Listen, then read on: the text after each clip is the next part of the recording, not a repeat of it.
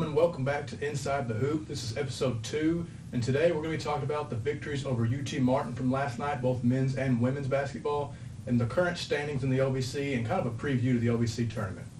So, Adam, last night, the men's game, great game. Went into overtime like it did earlier on in the year. This is the second time Tech played UT Martin. It went into overtime at UT Martin, and then last night in the hoop, too. Yeah, real thriller between these two teams. They definitely want wins over each other pretty bad. Oh, yeah, definitely. Bitter rivals, those two. Yeah. Very much so. What I noticed from the end of the game especially was Jalen Johnson. Oh, yeah. Like, free throw line, he got that clutch steal at the very end that really sealed the deal and sent Tech basically to the OVC tournament. Yeah. Which was huge. Probably the biggest game or biggest play of the year. Yeah. Oh, he was locked in last night. Yeah. He was ready to ball. Yeah. I mean, he knew that in overtime we needed this win. We needed this win to get a for sure ticket to the OVC championship or into the tournament. Yeah. And he knew what he had to do to win, and he did it. It's great to have a player like that, really clutch, you know? Yeah. It's impressive to see how he's grown this season as a transfer player. This is his first play. This is his first year as a Tech Golden Eagle, and he has grown, to me, every single game, right? And at the end of the year, he's playing his best basketball right now, as you'd expect any transfer to once he's adapted to everything. But, man, how about we talk about how it even got to overtime in the first place? We had a good lead. Tech had a good lead, and then Terrence Ginyard had other plans. He scored, 13 points in the last 3.5 minutes, I think it was, and just basically willed UT Martin to an extra overtime period. Yeah, he was giving us some work. It was bad. It was incredible to watch, honestly. I mean, game recognized game. That guy could play. Oh, yeah. Yeah. Yeah, you got to recognize, it's like when you're playing basketball, just in the fit or wherever, just playing with some regular dudes, and you just see a guy balling out. Yeah. You're just like, dang. What do I got to do? I know where that. Yeah, I know exactly what you mean. We'll get past that, but we'll get back to Tech. Like I said, Ginyard, man, he was unstoppable. But we had Jalen Johnson, so we had somebody to match that. I think he scored 7 points in the overtime period, a couple layups, and some free throws that were just huge. And we were just able to close out the game. I didn't know about it there for a minute because UT Martin, they had all the momentum. Yeah. Right? They had all the momentum going into overtime, and Tech was able to close it out. Just made a few more plays than UT Martin did, and just like that, punch your ticket to the OVC tournament. Yeah, now you hit a buzzer beater. You always got the momentum. Oh, yeah. No, that's another thing. UT Martin hits a buzzer beater in a Tech defender's face. That was a great shot. That was an unbelievable shot. I mean, it's bad for us because we love Tech. Yeah. You hate to see that happen. But you look at it from an outside perspective. You just got these two teams. You go, dang. Yeah. That's ESPN top 10 worthy. It was a great game. If you're not a fan of either team and you just want to watch good basketball and just see how the OVC pans out for a Thursday night game, it was a great game to watch. Yeah. But I knew as soon as the guy shot the shot, I was like, this is going in. I could just feel it. You could just tell the ball, just the point of the ball and where it's headed. I knew it was going in. But they had all the momentum. But Tech rallied back, obviously, as we already mentioned. Rodney Johnson Jr. finished the game with 18 points. I think he's back healthy, don't you think? Yeah. Oh, yeah, for sure. Him and Juwan Nichols now playing together. They were kind of – Rodney Johnson Jr. was playing on the bench. He was doing good on the bench. Now he played, I think, 39 minutes last night. That's a lot. That's a ton. That's a lot of minutes right there for Rodney Johnson. And the reason he was on the bench, obviously, was because of that injury. He was just trying to get back into the flow of things. Like I said, I think he's good to go now from what he did last night, which is good because when he went down with that injury, and we were talking about this a little bit before the podcast, when he went down with that injury, you were like, oh, man, what are we going to do? We got Juwan Nichols over here who we don't really know much about as far as fans goes. I'm sure the coaches knew he was always capable of that. But you get Juwan Nichols in the starting lineup, he immediately becomes the best inside scorer on the team. Something that Tech's really been missing. You know what I mean? The whole season, they've been missing that, been lacking that. Juwan Nichols steps in, immediately changes the game on the inside scoring front, and now we've got both of those players that we know we can trust. Yeah. I mean, both of them have really put us in a position to – be in the OVC tournament. Juwan Nichols stepped up. Rodney Johnson Jr. playing good now. Yes. Both are contributing to wins. They're helping the team. They kind of trade off, here and there. But let's talk about a player who wheels this team to victory every night. That is Jalen Johnson. Oh yeah, for sure. Yeah. Go ahead and talk about Jalen Johnson since that's your guy. He had him a night. Now. He came in clutch late, a lot of free throws near the end of the game. Yeah. That helped his point total a little bit, but he was He had 7 boards, 4 assists, 4 steals. That's great stats. It's great stats. All 7 around. boards for a 6'1" guard, I think he is. That's impressive. That's a lot of boards. Oh, yeah, for sure. I mean, and when I compared him last episode to Russell Westbrook, he's that guard that just wants to get in there. He wants stats. He wants to make an impact. Yeah. He doesn't care which side of the ball or which side of the court it comes from. He can play it on defense. He can play it on offense. He does what he wants on that court. Yeah, the true fans of Tech basketball last night, when it was in overtime, in their minds they're thinking, okay, we need a play. Who's going to make the play? Well, everybody was like, well, it's going to be Jalen, right? Yeah. Like, Jalen, you're going to make a play, right? And he did. He delivered. So that's just what he does. And I'm just glad he's on our side. You know what I mean? Yeah. But it's good to have that going into OVC play. We said last episode on this podcast, the first episode, we said, if Tech's going to get hot, do it now, right? Yeah. Now, push yourself into that OVC tournament. Now, we lost the last 2 games. Did. Yeah, we did. We talked about getting hot. They lose 2 in a row. Yeah, absolutely. We're still in it, though. I mean, we just we're sitting at, 5th in the tournament right now? Currently, we're fifth seed in the OVC standings, I guess I should say. Yeah. We could move up to 4th. We could get, a bye. We're not going to get, in the 1st or 2nd, obviously. No, we're not going to get one of those top 2 seeds. You're right.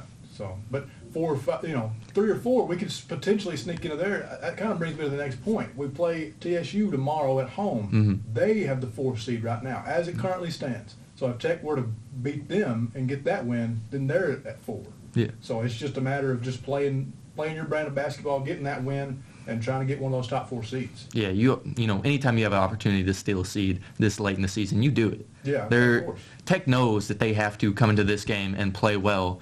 They know that this 4th seed means a lot. It gives you some time to rest. It gives you some time to prep. It gives you time to get your guys right, to get their mentality right.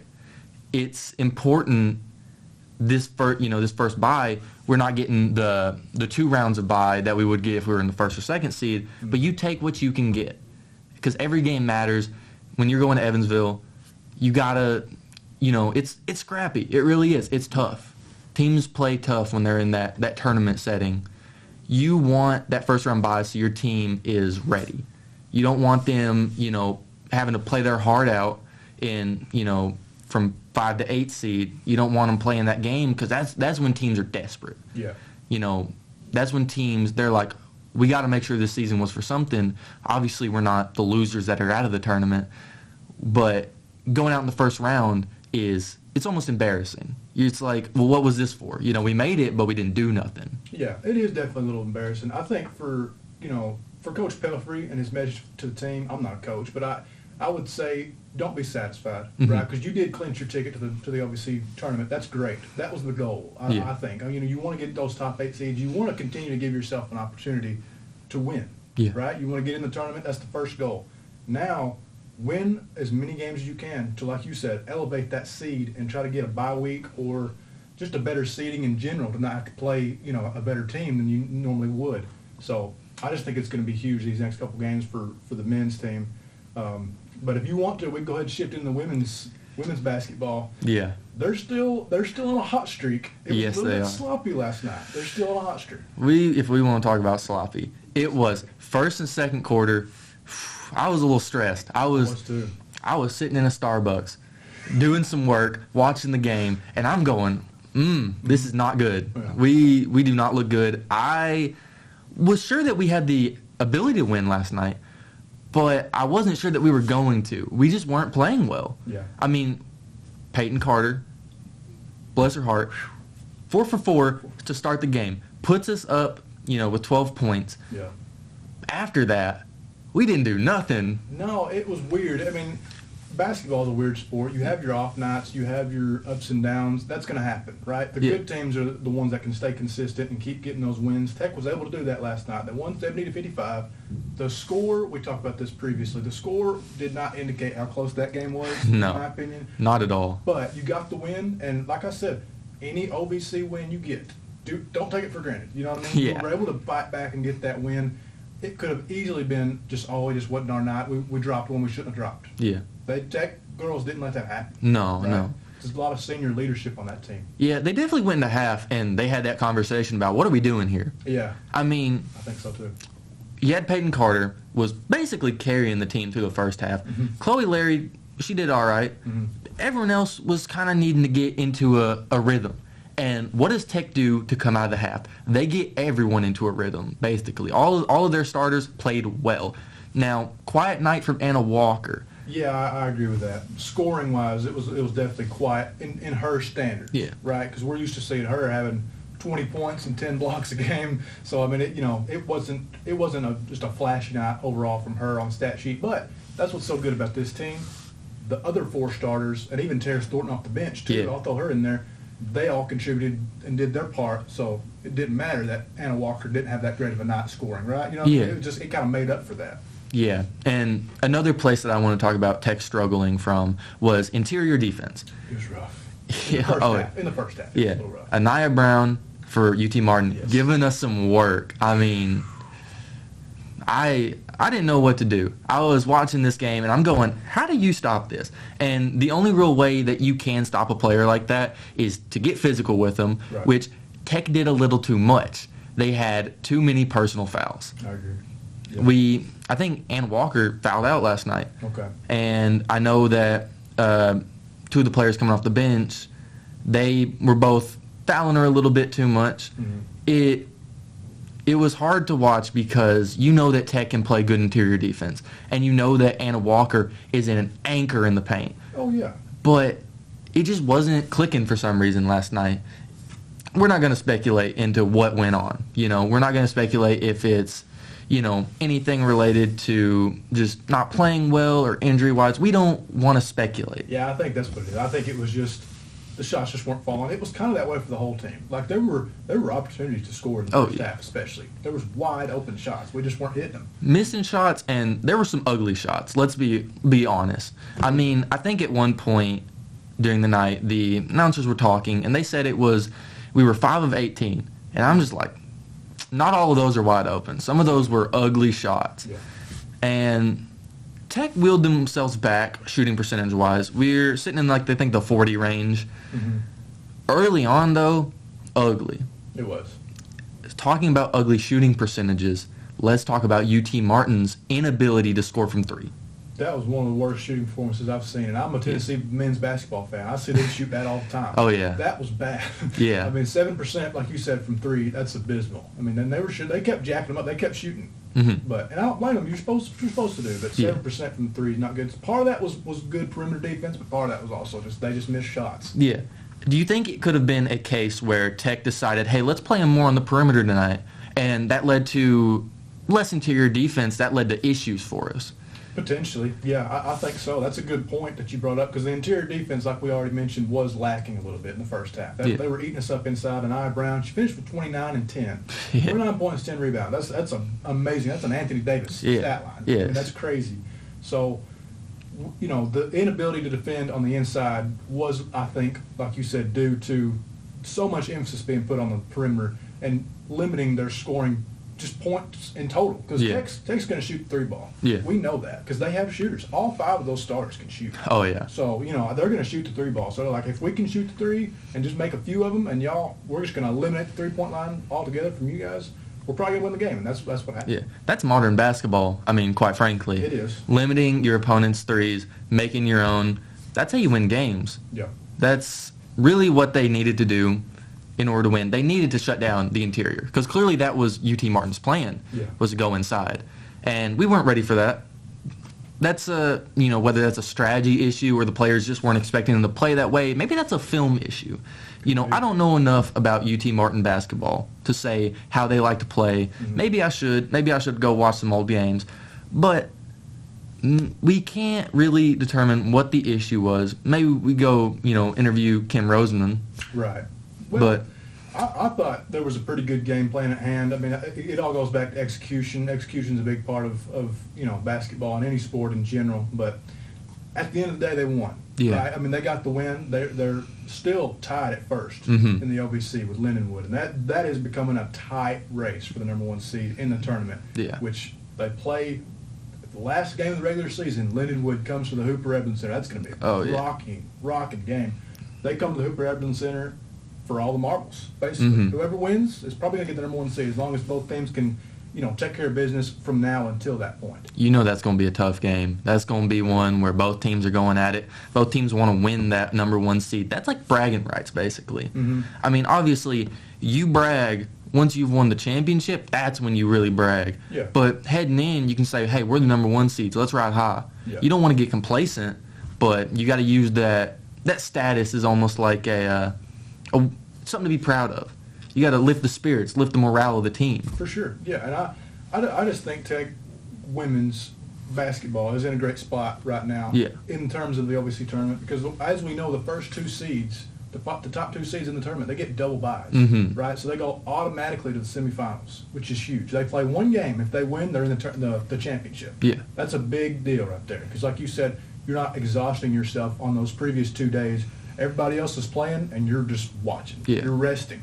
So that's going to be huge if they're able to close that out. And I think they will. I don't see them not getting one of the top 2 seeds. Yeah. I think they've got it pretty much locked in. Yeah. And I like what you said there, resting and watching.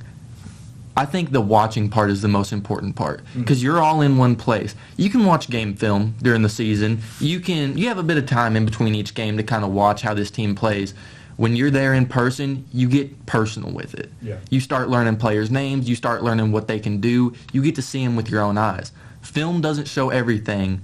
When you're there live, you're going to learn a lot. And Tech needs to learn a lot in order to win this tournament. I agree. I mean, it goes back to last night, like with the interior defense being a problem.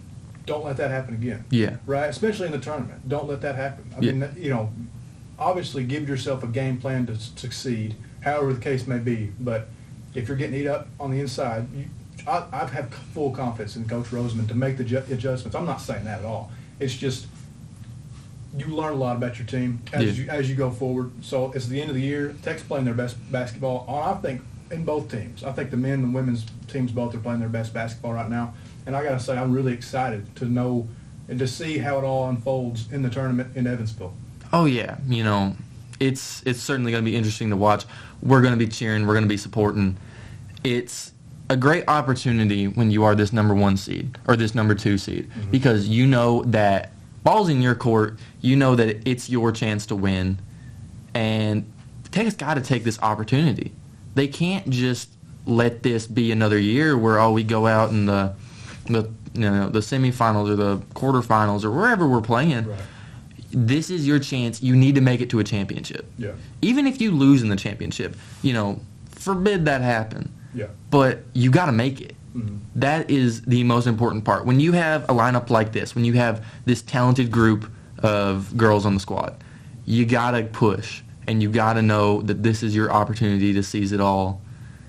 It's going to be interesting to see. Yeah, I think so too. Like I said, I'm excited, man. I'm so excited to see it all unfold. And if you perform well in the tournament, maybe on Selection Sunday on March 16th, maybe the committee, is in favor of you, and maybe you're in the NCAA March Madness tournament like we were in 22 or 23. Yeah.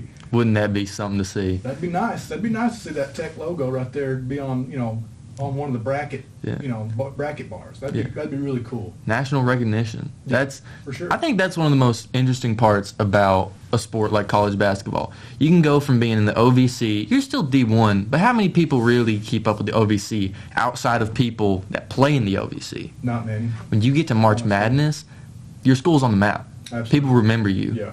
They see Tennessee Tech on the bracket, and that's just more exposure, which is going to be good for the program, in many different ways. Oh, yeah. So, but tomorrow, I should say, Saturday, at the time of this recording, huge game for both the men's and women's, but especially for the men's. They got TSU, bitter rival, coming to town in the Hooper Evans Center. Should be a great game. So, excited for that. Hopefully both teams can get a win.